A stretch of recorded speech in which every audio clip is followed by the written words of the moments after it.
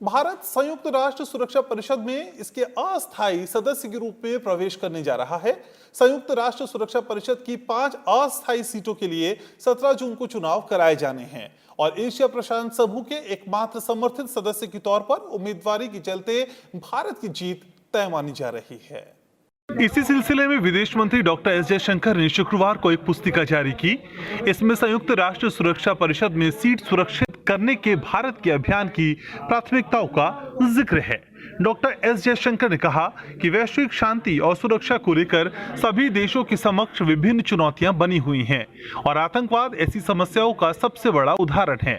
उन्होंने कहा कि कोरोना महामारी और इसके गंभीर आर्थिक प्रभावों ने भी दुनिया के सामने नई चुनौती तैयार की है और इस असाधारण स्थिति में भारत एक सकारात्मक भूमिका निभा सकता है और इसके लिए विदेश मंत्री ने प्रधानमंत्री नरेंद्र मोदी की तरफ से सुझाए गए 5 S का खास तौर पर जिक्र किया, जो सम्मान, संवाद, सहयोग, सार्वभौमिक शांति और समृद्धि है।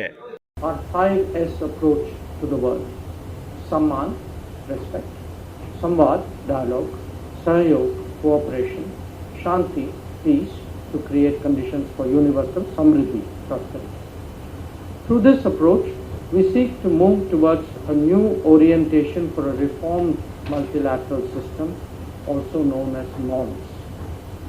The brochure captures the priorities that we set for ourselves: seeking responsible and inclusive solutions, concrete and result-oriented action at the Security Council for an effective response to international terrorism, reformed multilateralism to reflect contemporary realities, a comprehensive approach to peace and security guided by dialogue, mutual respect, commitment to international law, for which we also hope to help streamline UN peacekeeping.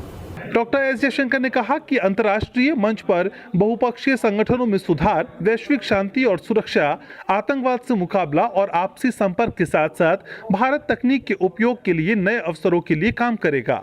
17 जून को चुनाव के बाद संयुक्त राष्ट्र सुरक्षा परिषद में भारत जनवरी 2021 से अगले 2 साल के लिए अस्थायी सदस्य के तौर पर शामिल रहेगा।